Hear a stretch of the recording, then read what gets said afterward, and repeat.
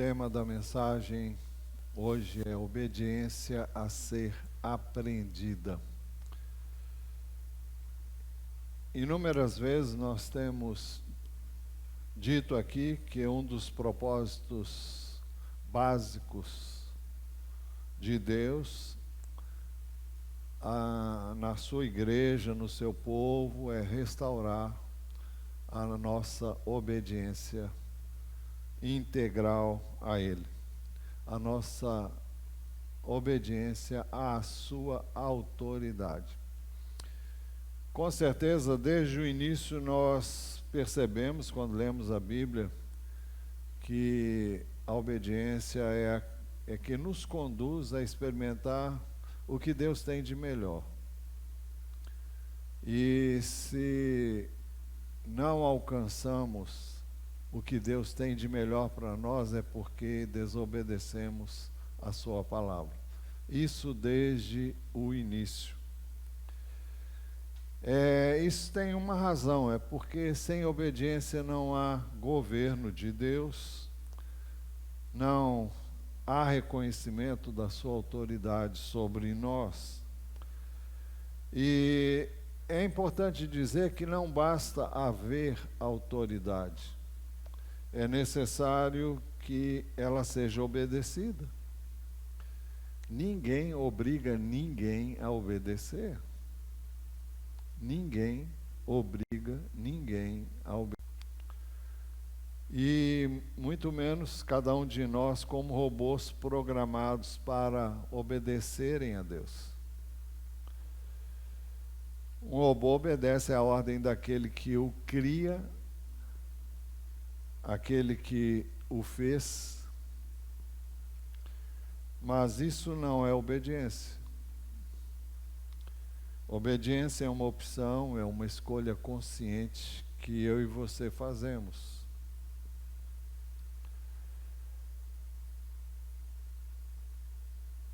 Exatamente porque temos livre-arbítrio e porque esse livre-arbítrio foi dado a todos os anjos, arcanjos, aos principados e potestades nas regiões celestiais,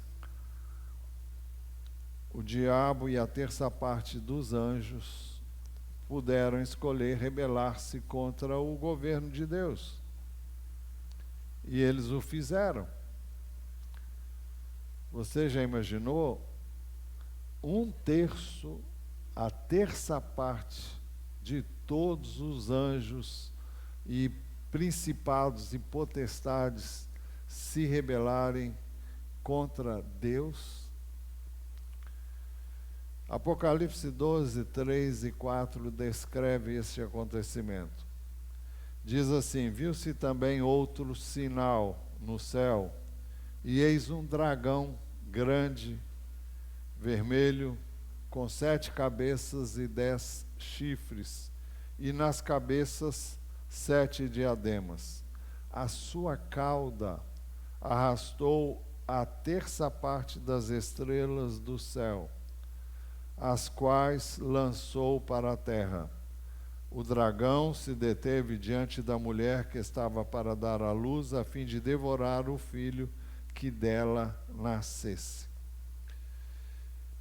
Muito bem, não vou entrar em pormenores para discutirmos sobre o texto em si, mas o dragão nas Escrituras e aqui em Apocalipse, estou me lembrando agora que eu talvez devesse ter separado um texto onde fala que o dragão, a antiga serpente e Satanás são nomes dados a uma mesma pessoa. E aqui não é diferente. Aqui diz que viu-se outro sinal no céu, e eis um dragão grande, vermelho. E depois no verso 4 diz: a sua cauda arrastou a terça parte das estrelas do céu. As estrelas do céu é uma figura também para falar também dos anjos de Deus. Aliás, dos anjos que Deus criou, não é? E aqui, dentre os que Deus criou, ele arrastou a terça parte. Muito bem. O texto tem outras coisas que poderíamos considerar, mas não é o nosso propósito hoje. Então, aqui nós temos a descrição da rebelião do diabo e de seus anjos. É por isso também que Eva e Adão, eu cito o nome de Eva primeiro, porque ela que foi tentada, e Adão não ficou atrás não, né? Mas puderam então rebelar-se contra o governo e a autoridade de Deus.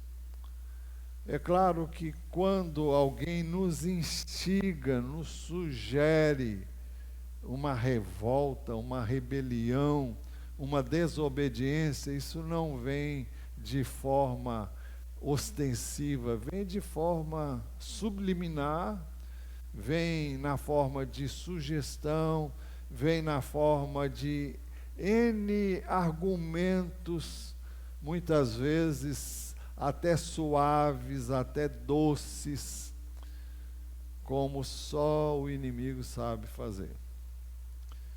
E, entretanto, nós temos que entender que a desobediência, a rebelião, trazem terríveis consequências. Mateus 25, 41 diz assim: então o rei dirá também aos que estiverem à sua esquerda: afastem-se de mim, malditos, para o fogo eterno preparado para o diabo e os seus anjos.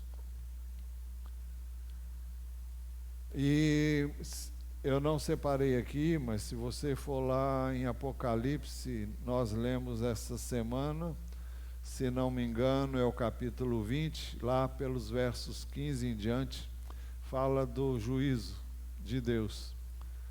E diz que todos aqueles que não foram achados inscritos no livro da vida foram lançados no lago de fogo e enxofre.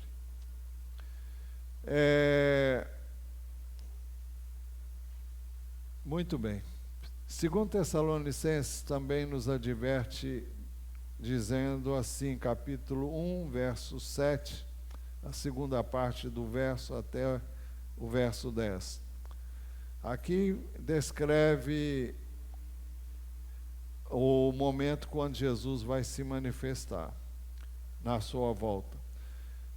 Quando do céu se manifestar o Senhor Jesus com os anjos do seu poder em chama de fogo, tomando vingança contra os que não conhecem a Deus e contra os que não obedecem ao Evangelho de nosso Senhor Jesus. Estes sofrerão penalidade de eterna destruição, banidos da face do Senhor e da glória do seu poder, quando ele vier naquele dia para ser glorificado nos seus santos e ser admirado por todos que creram. Isto inclui vocês que creram em nosso testemunho. É a palavra do apóstolo Paulo, dirigida aos Tessalonicenses. E nós não podemos dissociar a nossa fé em Jesus, a desobediência da nossa fé em Jesus. Se eu desobedeço, onde está a minha fé? Nós obedecemos por fé. E por que eu deveria obedecer? Porque eu creio em Deus, porque eu temo a Deus, porque eu temo a sua palavra, porque eu creio que a palavra dele é a verdade.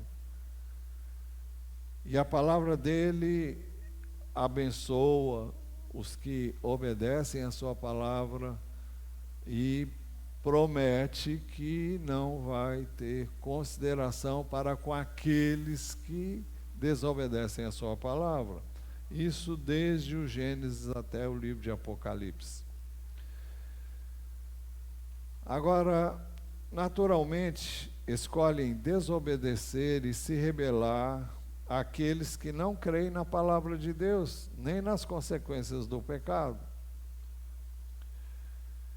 No início, Deus deu ao homem um único mandamento: de toda árvore do jardim você pode comer livremente, mas da árvore do conhecimento do bem e do mal você não deve comer, porque no dia em que dela comer você certamente morrerá. Então, é uma palavra muito clara, muito específica, mas Satanás veio de forma bem sutil e disse a Eva exatamente o contrário. E ela creu nele. Inicialmente ela repetiu a palavra de Deus, mas depois ela creu. Porque ele disse: é certo que vocês não morrerão, porque Deus sabe que no dia em que dele comerem, os olhos de vocês se abrirão, e como Deus, vocês serão conhecedores do bem e do mal. Inicialmente ela afirmou que não podia comer, porque Deus havia dito para eles não comerem, porque no dia em que eles comessem, eles morreriam. E ela citou essa palavra, mas ele veio com uma outra palavra, ele veio com outro argumento, ele veio com uma outra sugestão, e falou com tanta certeza, como se a palavra dele fosse a verdade. É certo. Deixe-me ver se é isso mesmo que está aqui, porque tem tanta versão. Deixa eu ver aqui. É certo que vocês não morrerão. Veja como ele fala com convicção, como ele afirma a sua mentira como se fosse uma verdade. E além disso, Deus sabe que no dia em que dele comerem, os olhos de você se abrirão. Vai se descortinar um mundo novo. Você vai ter experiências que você nunca teve. E sugerindo que Deus é um Deus maldoso, que não quer dar o que Ele tem de melhor e que está realmente encobrindo algo que Ele maldosamente não queria que o homem e a mulher experimentassem. E não é assim que vêm as ofertas do mundo? Ah, você está deixando de viver isso, você está deixando de viver o melhor desse mundo. Satanás vai se manifestar na pessoa do anticristo e muitos darão crédito a ele por não crerem na verdade, que é a palavra de Deus. 2 Tessalonicenses 2, 9 a 12, o apóstolo escreveu assim: ora, o aparecimento do iníquo, e a expressão iníquo é uma expressão que o apóstolo usa para se referir ao anticristo. Já o apóstolo João usa o termo o anticristo. Muito bem. Ora, o aparecimento do iníquo é segundo a ação de Satanás, com todo poder, sinais e prodígios da mentira. Com todo poder, sinais e prodígios da mentira. E com todo engano de injustiça aos que estão perecendo, porque não acolheram o amor da verdade para serem salvos. É por este motivo que Deus lhes envia a operação do erro, para darem crédito à mentira, a fim de serem condenados todos que não creram na verdade, mas tiveram prazer na injustiça. Meus amados, nós temos que ter um discernimento que só pode ser dado por Deus, para entendermos e compreendermos as muitas sutilezas que virão e as que já estão aí. toda mentira do diabo tem a aparência de verdade. Ela é convincente do ponto de vista intelectual, racional, mas não tem apoio na palavra de Deus.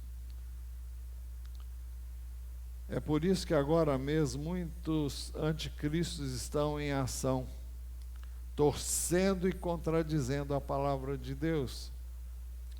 Na 1 de João, capítulo 2, versos 18 e 19, filhinhos, esta é a última hora.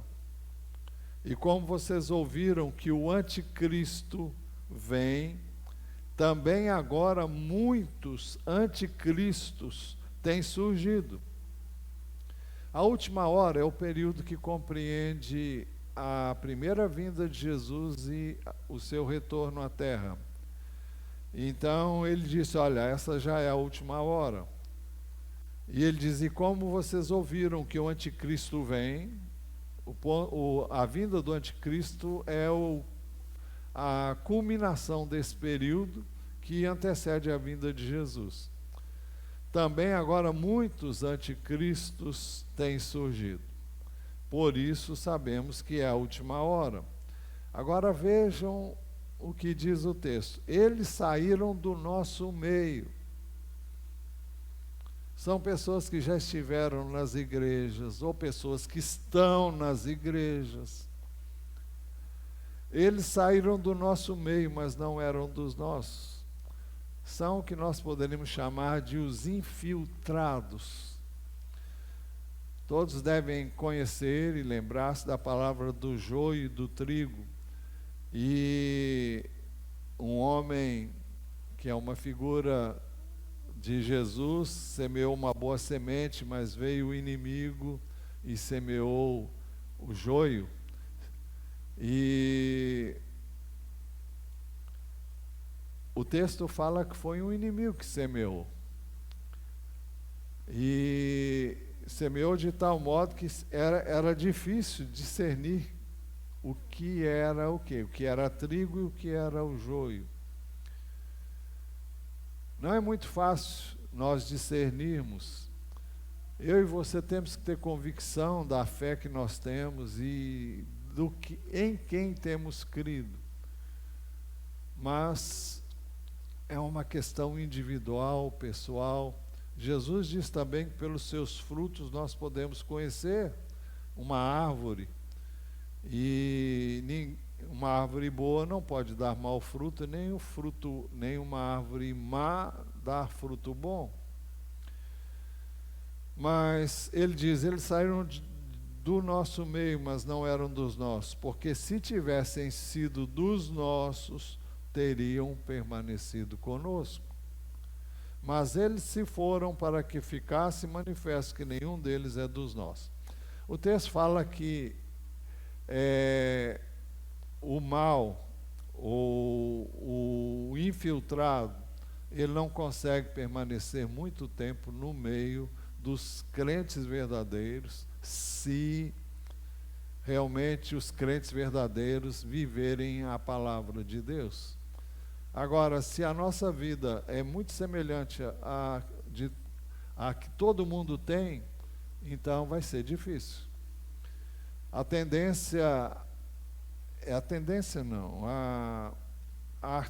artimanha do inimigo é justamente levar o crente a viver uma vida semelhante à de todo mundo. E o argumento é muito simples, você tem que mostrar que você não é diferente, mas a Bíblia diz exatamente o contrário. Nós temos que fazer a diferença. Não praticando o mal, mas praticando o bem, tendo atitudes coerentes com a palavra de Deus. Mas para nos ensinar a obedecer, Jesus veio como homem. E como homem, ele foi obediente até as últimas consequências. Eu vou ler um texto que vocês já devem saber de cor. Filipenses 2, 5 a 8. Tenham entre vocês o mesmo modo de pensar de Cristo Jesus, que mesmo existindo na forma de Deus, não considerou ser igual a Deus algo que deveria ser retido a qualquer custo. Pelo contrário, ele se esvaziou, assumindo a forma de servo, tornando-se semelhante aos seres humanos, e reconhecido em figura humana, ele se humilhou, tornando-se obediente até a morte, e morte de cruz. Bem, ele precisava vir como homem, precisava ter as experiências que eu e você temos. Ele só não cedeu ao pecado, e ele veio para ser o protótipo daquilo que Deus sempre planejou para nós desde Adão. Adão pecou, junto com Eva, pecaram, o pecado entrou no mundo, mas Jesus veio para mostrar o que nós devemos ser, o que deveríamos ter sido. E não é só para mostrar, é para nos capacitar. Primeiro, para nos perdoar, para nos redimir, nos resgatar e nos capacitar para viver o padrão que ele veio mostrar, é o padrão de Deus. Padrão que só pode ser vivido por meio dele.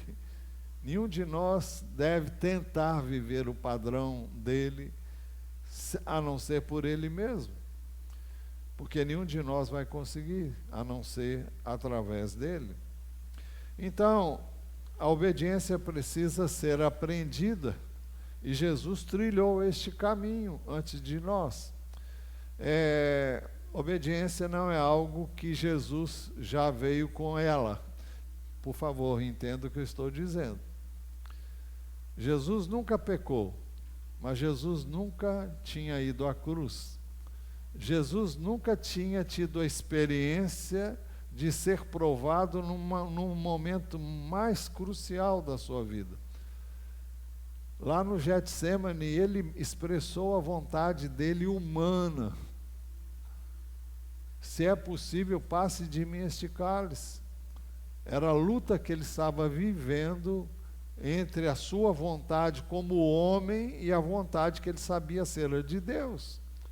E ele perguntou a Deus se não tinha jeito de ser de outra maneira. E no fundo ele sabia que não tinha mesmo. Ele já tinha dito muitas vezes que ele tinha que fazer o que ele fez. E finalmente ele saiu de lá do Getsemane consciente, com toda a clareza de que ele iria à cruz. E foi. Mas isso custou. Eu não vou entrar em detalhes aqui, mas o texto diz que, embora fosse filho, aprendeu obediência pelas coisas que sofreu. Olha, eu e você, sempre que quisermos obedecer a Deus, nós vamos sofrer. Sofrer como?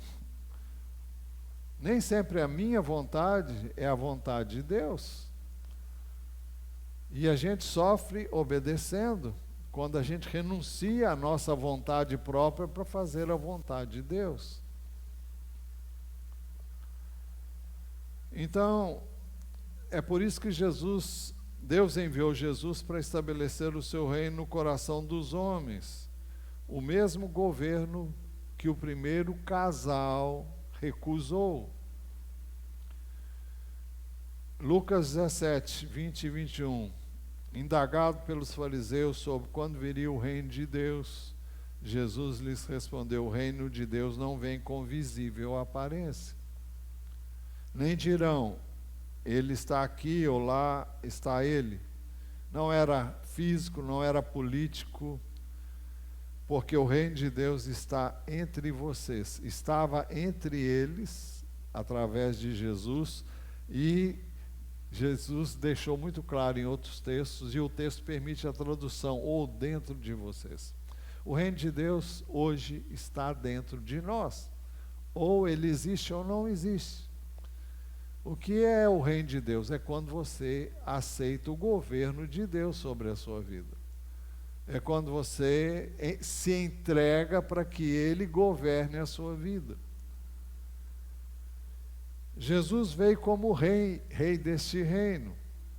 Ele veio para viver o modelo do reino, veio para obedecer até a morte, veio para vencer a tentação de desobedecer no deserto, logo no início do seu ministério, e no final do seu ministério no Getsêmani. Então, Jesus deu a sua vida por nós para nos redimir do pecado da desobediência e nos levar a viver em obediência.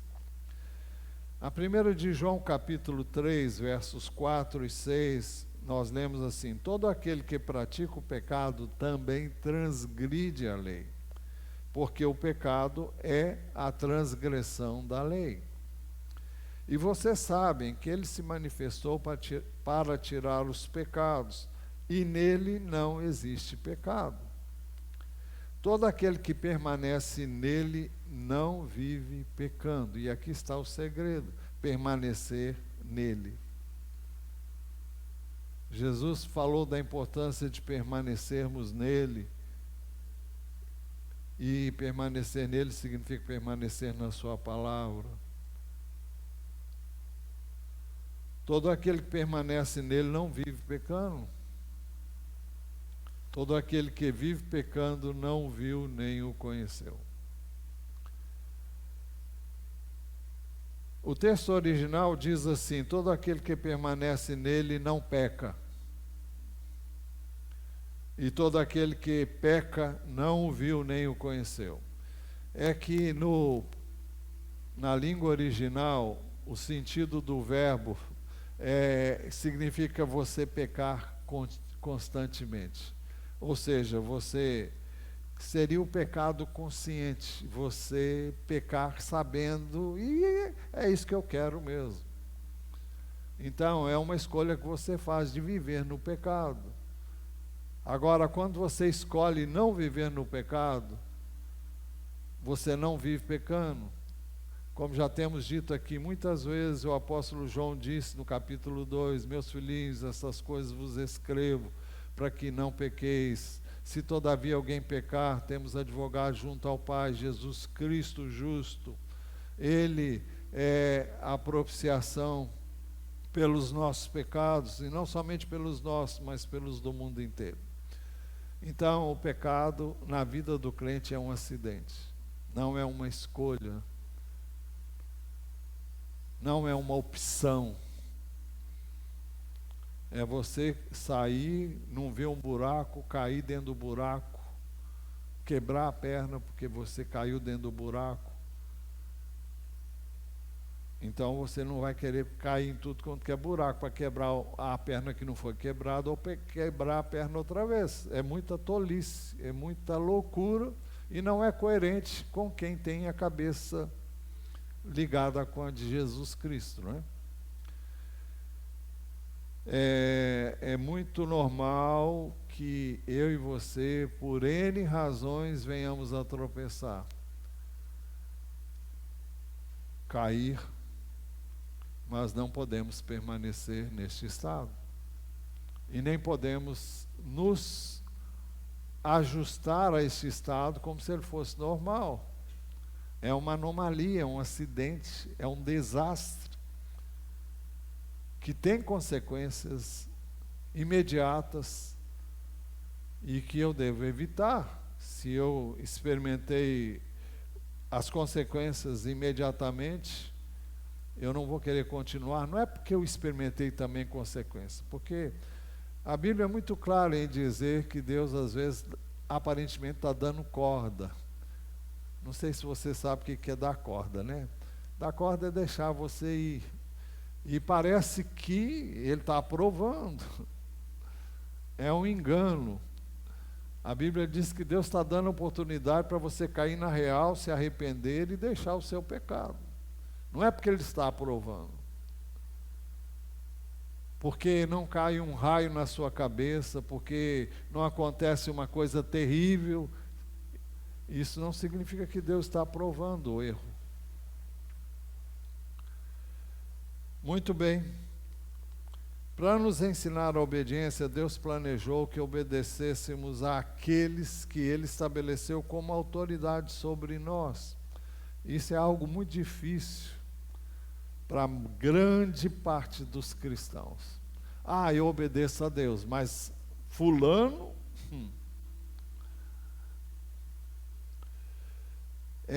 Então, para nos ensinar a obediência, Deus planejou que obedecêssemos àqueles que Ele estabeleceu como autoridade sobre nós. Isto desde a nossa mais tenra idade. E os pais precisam ter consciência de que eles têm uma responsabilidade de inculcar a verdade, de inculcar a palavra de Deus nos seus filhos desde a mais tenra idade. Nós vivemos numa época em que os pais hoje querem fazer toda a vontade dos filhos.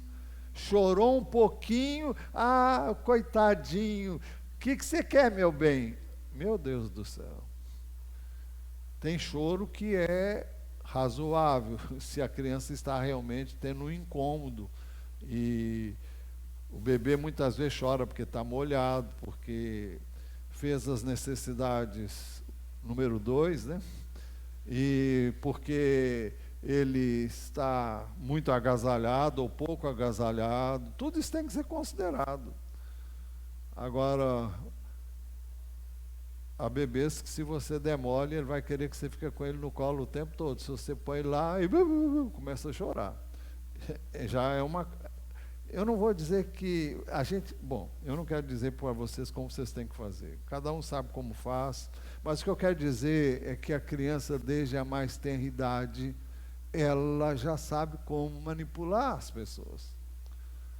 E se os pais não tiverem sabedoria para criar os seus filhos, vão fazer a vontade dos filhos. Qualquer coisa que eles pedirem, estarão prontos a atender. E o resultado é nefasto na vida desta criança, que vai crescer cheia de vontades e não vai aprender a obedecer ninguém. Lá no mundo vai encontrar barreiras e vai brigar com as pessoas vão brigar com elas e elas não terão como serem bem-sucedidas, porque não tem como. Então, na família, primeiro os pais. O propósito de Deus ao colocar os pais é que os pais ensinem a obediência aos filhos. Isso está muito claro na palavra de Deus. Êxodo 20:12. Honre o seu pai e a sua mãe, para que você tenha uma longa vida na terra que o Senhor seu Deus lhe dá. O propósito é abençoar para que você tenha uma vida longa na terra.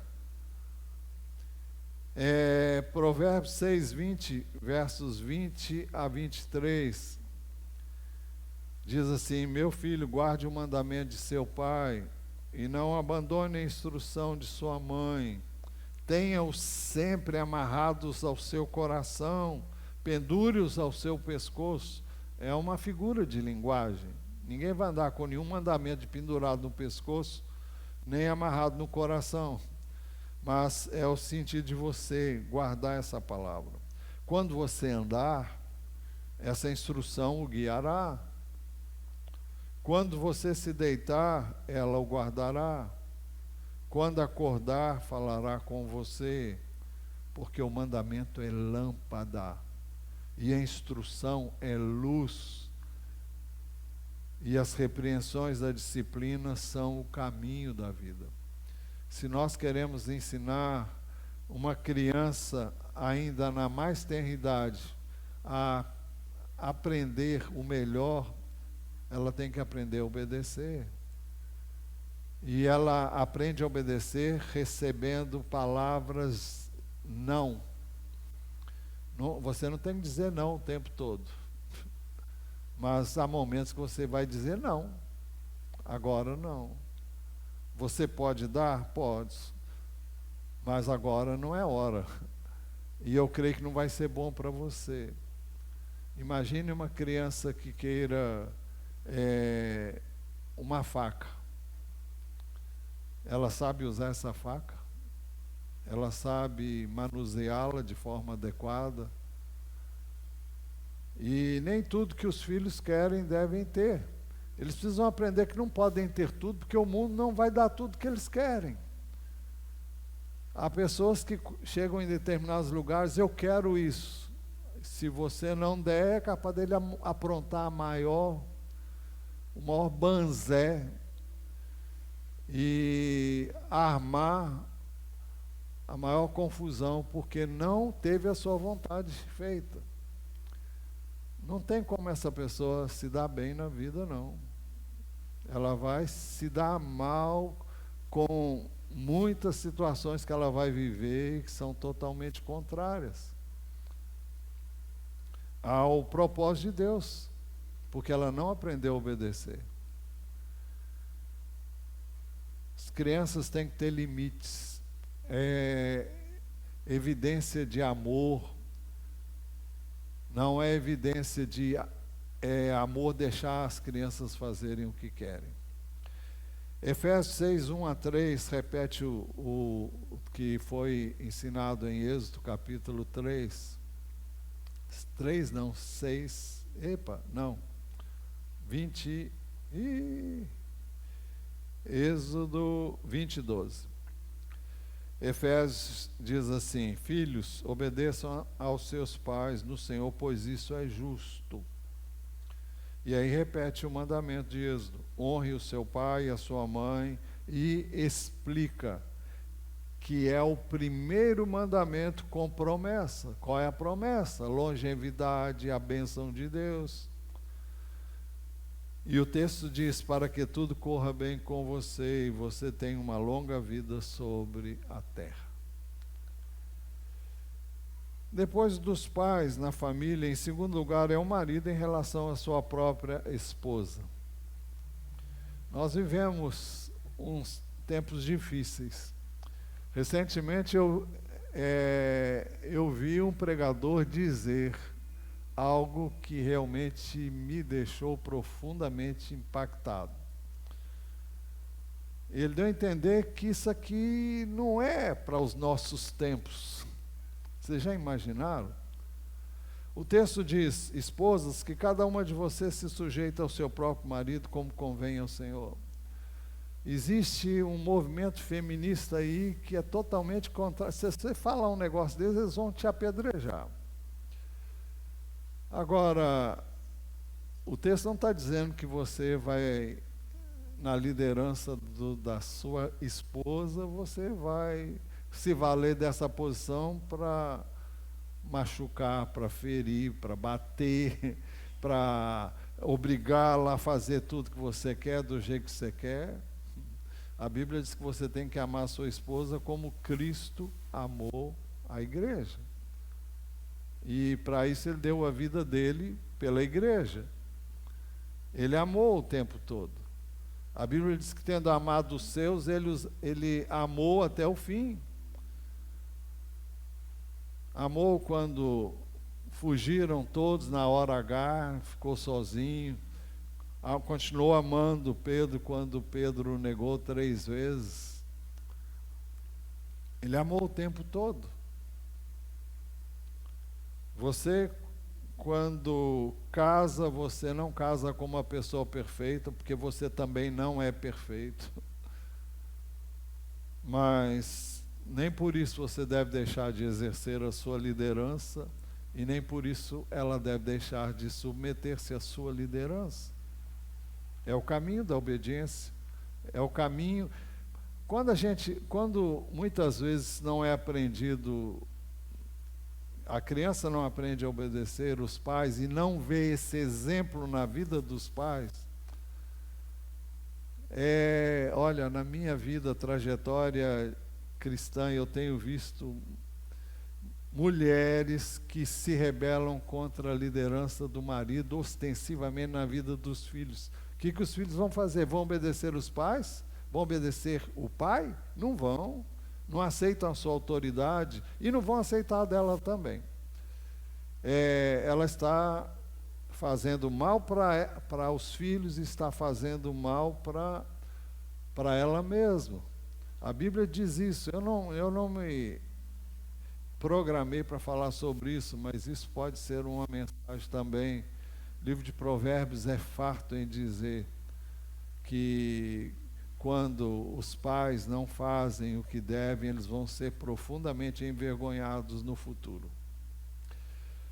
Então, aqui diz Colossenses 3,18: esposas, que cada um de vocês se sujeita a seu próprio marido, como convém no Senhor. Você não está submetendo ao homem, você está submetendo ao Senhor.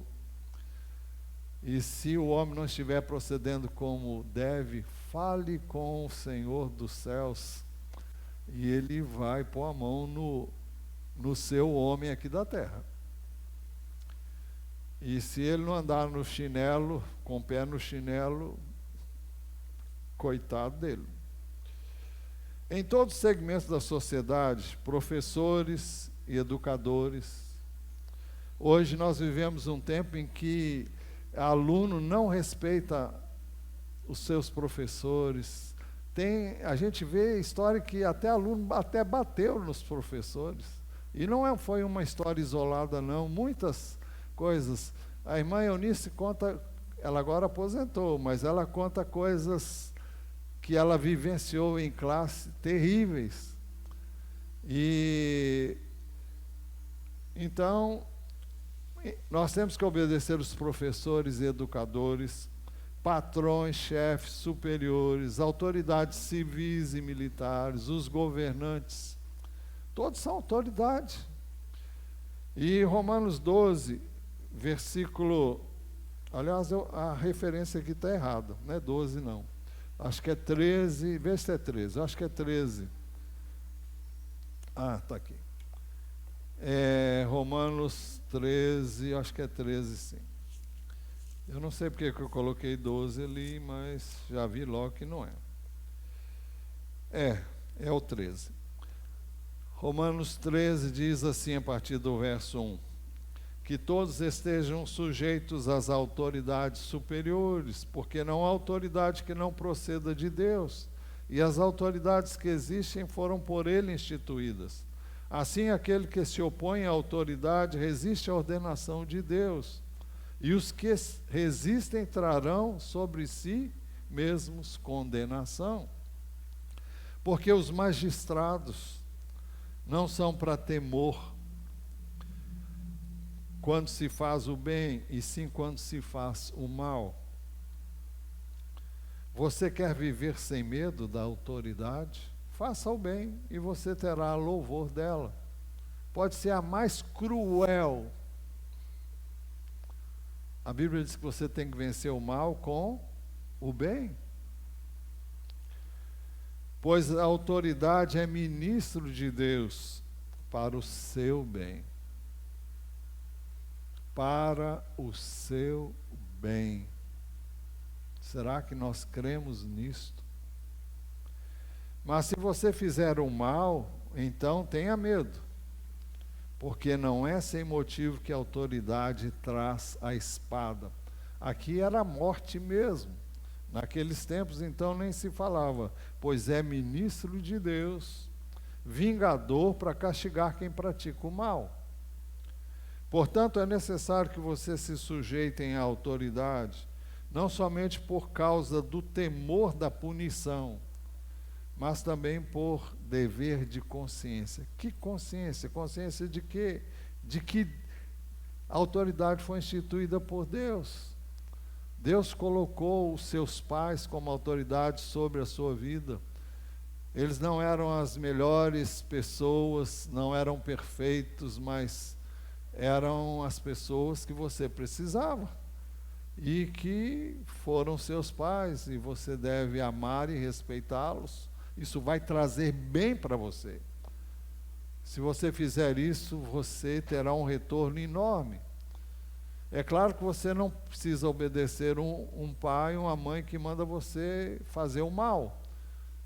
Mas se você for sábio, você vai dizer, olha, eu não quero desrespeitar você ou vocês, mas isso eu não consigo fazer e eu quero permissão para não fazer. E você com certeza vai encontrar o favor dessa pessoa se você souber falar com ela. É uma questão de pagar o mal com o bem, pagar a tirania com uma atitude adequada e própria. Isso vai fazer toda a diferença. Efésios 6, 5 e 8 diz assim: quanto a vocês, servos, obedeçam seus senhores aqui na terra com temor e tremor, com sinceridade de coração, como a Cristo. Como a Cristo. Nós temos que ver na autoridade alguém que está representando Cristo, não servindo apenas quando estão sendo vigiados, somente para agradar pessoas, mas como servos de Cristo. Se o patrão não está presente, mas Deus está presente o tempo todo. Se ninguém está vendo, faça para Jesus, faça o melhor que você pode. Fazendo de coração a vontade de Deus, sirvam de boa vontade, como se estivessem trabalhando para o Senhor e não para pessoas. Sabendo que cada um, se fizer alguma coisa boa, receberá isso outra vez do Senhor. Seja servo, seja livre. Então vamos para finalizar ainda não, já. Na igreja, pastores e líderes, obedeçam aos seus líderes e sejam submissos, Hebreus 13:17. Obedeçam aos seus líderes e sejam submissos a eles, pois zelam pela alma de vocês como quem deve prestar contas. Que eles possam fazer isso com alegria e não gemendo. Do contrário, isso não trará proveito nenhum para vocês. É importante que nós entendamos que líderes na igreja, ninguém está aqui, eu continuo dizendo, olha, ninguém obriga ninguém a obedecer. Eu não posso obrigar você a obedecer a mim, nem a qualquer pessoa que serve ao Senhor aqui na igreja.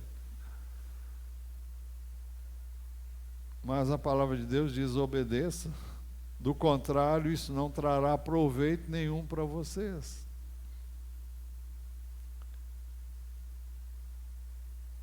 O critério é o mesmo.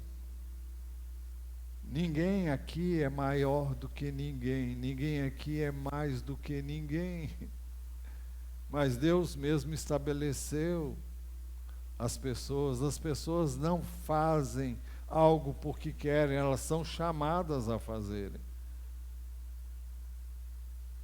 1 Tessalonicenses 5:12, 3 diz assim: irmãos, pedimos que vocês tenham em grande apreço os que trabalham entre vocês, que os presidem no Senhor e os admoestam.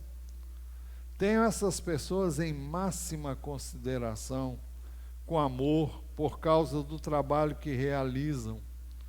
Vivam em paz uns com os outros. É assim que devemos nos relacionar mutuamente.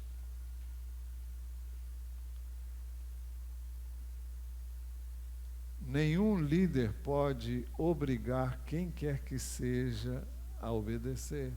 Preciso repetir isso. Também Efésios 5:21 diz: sujeitem-se uns aos outros no temor de Cristo, temendo a Cristo.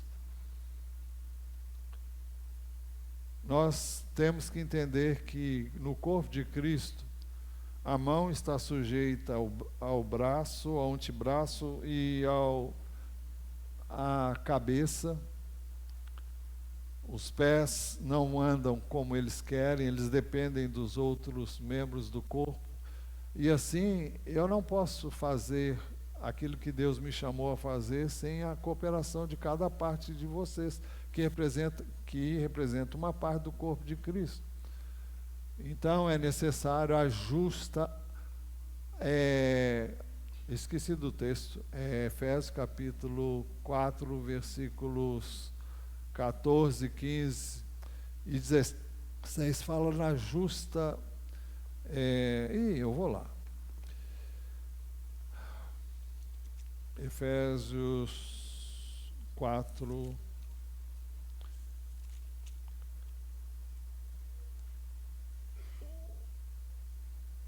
15, a partir do 15. Mas seguindo a verdade em amor, cresçamos em tudo naquele que é a cabeça, Cristo, de quem todo o corpo, bem ajustado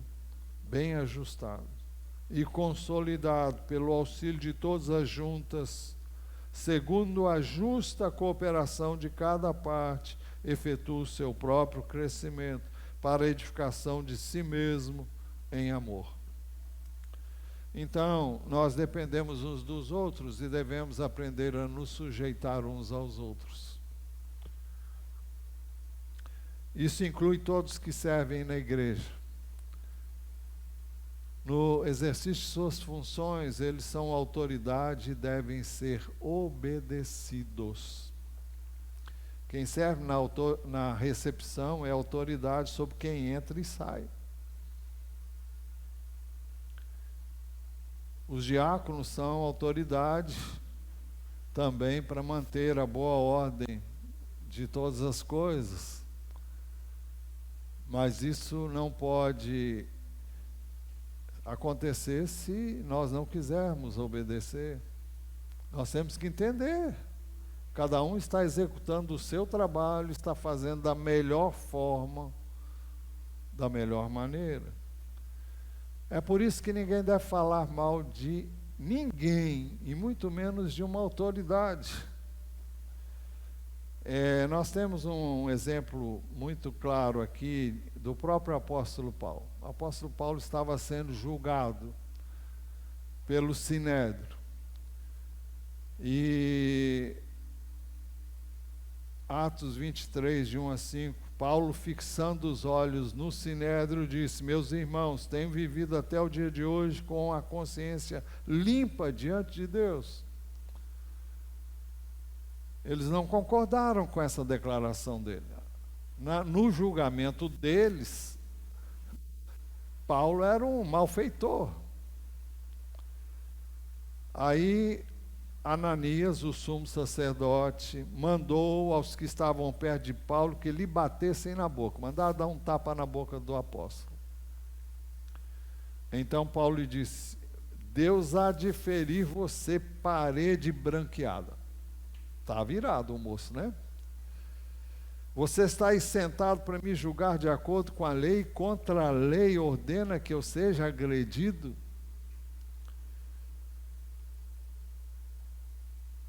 Os que estavam ali perguntaram a Paulo: você está insultando o sumo sacerdote de Deus?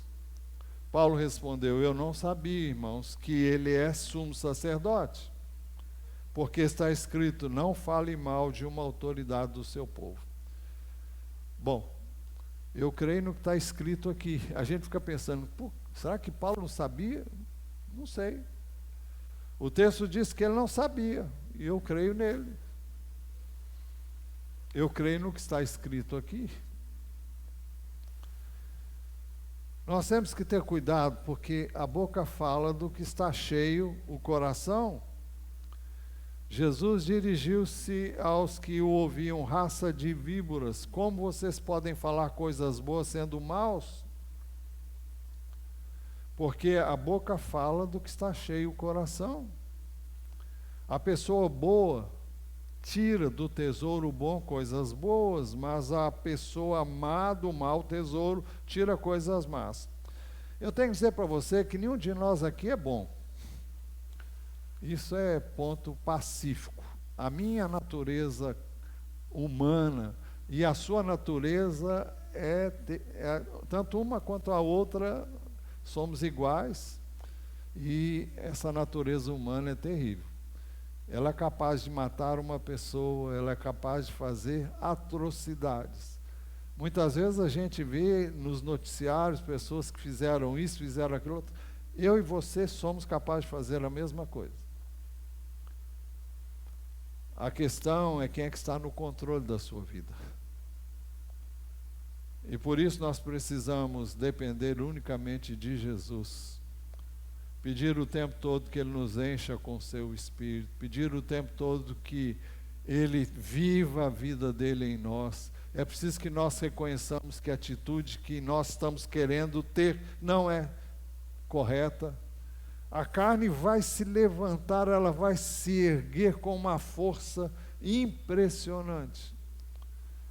E se eu e você não descobrirmos em tempo que o que está operando em nós é insuflado pelo inferno, nós vamos cair na tentação de reagir com a carne e não vai prestar. Nunca vai prestar.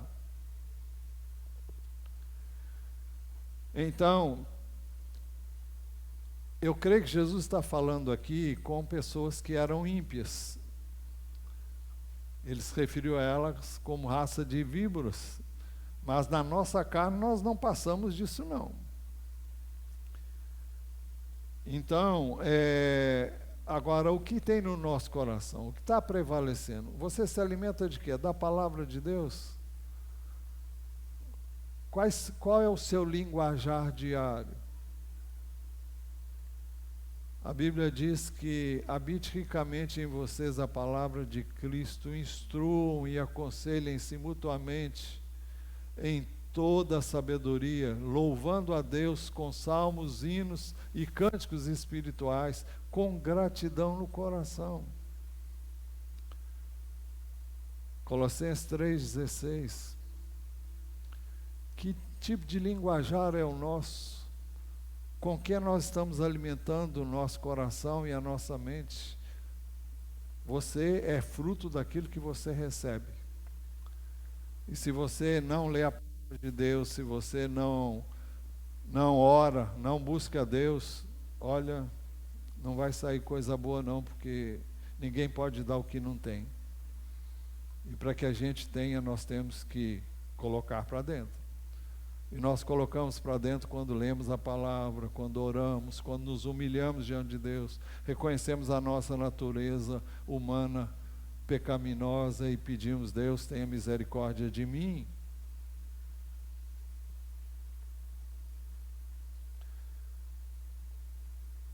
A pessoa boa tira do tesouro bom coisas boas, mas a pessoa má do mau tesouro tira coisas más.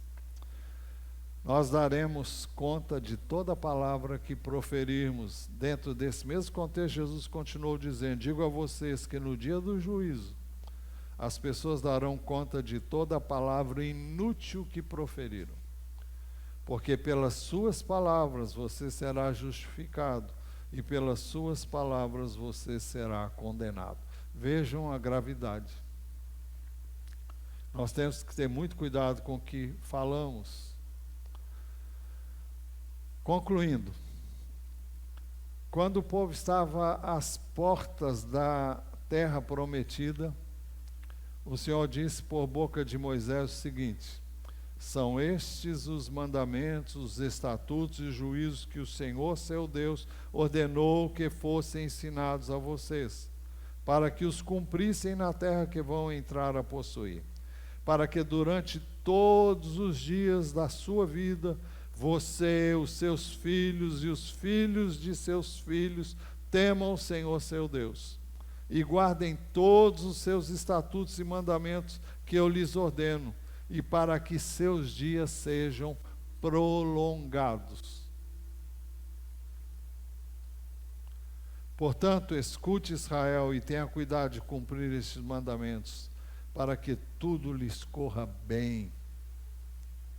E vocês muito se multipliquem na terra que emana leite e mel, como o Senhor, o Deus de seus pais, lhes prometeu. Escute Israel, o Senhor nosso Deus é o único Senhor. Portanto, ame o Senhor seu Deus de todo o seu coração, de toda a sua alma e com toda a sua força. Essas palavras que hoje lhe ordeno estarão no seu coração. Você as inculcará a seus filhos, e delas falará quando estiver sentado em sua casa, andando pelo caminho, ao deitar-se e ao levantar-se. Nunca devemos nos esquecer que nós aprendemos mais não pelo que as pessoas dizem, mas por aquilo que nós vemos na vida das pessoas. Os filhos, desde a mais tenra idade, estão de olho naquilo que os pais dizem, mas sobretudo naquilo que eles fazem. E alguém vai dizer, mas eu não sou perfeito. Então, quando você errar, peça perdão para o seu filho. Diga, olha, o papai, a mamãe errou, eu não queria fazer isso, mas você não deve fazer isso. Se você tiver que fazer isso 10 vezes por dia, faça isso. Mas não deixe que ele aprenda com você a fazer o mal que você repete vez após vez. O propósito de Deus ao nos ensinar a obediência é o de nos abençoar. Portanto, escute, Israel, e tenha cuidado de cumprir esses mandamentos para que tudo lhes corra bem. E vocês muito se multipliquem na terra que emana leite e mel, como o Senhor, o Deus dos seus pais, lhes prometeu, para que tudo lhes corra bem. Feche os seus olhos e fale com Deus agora.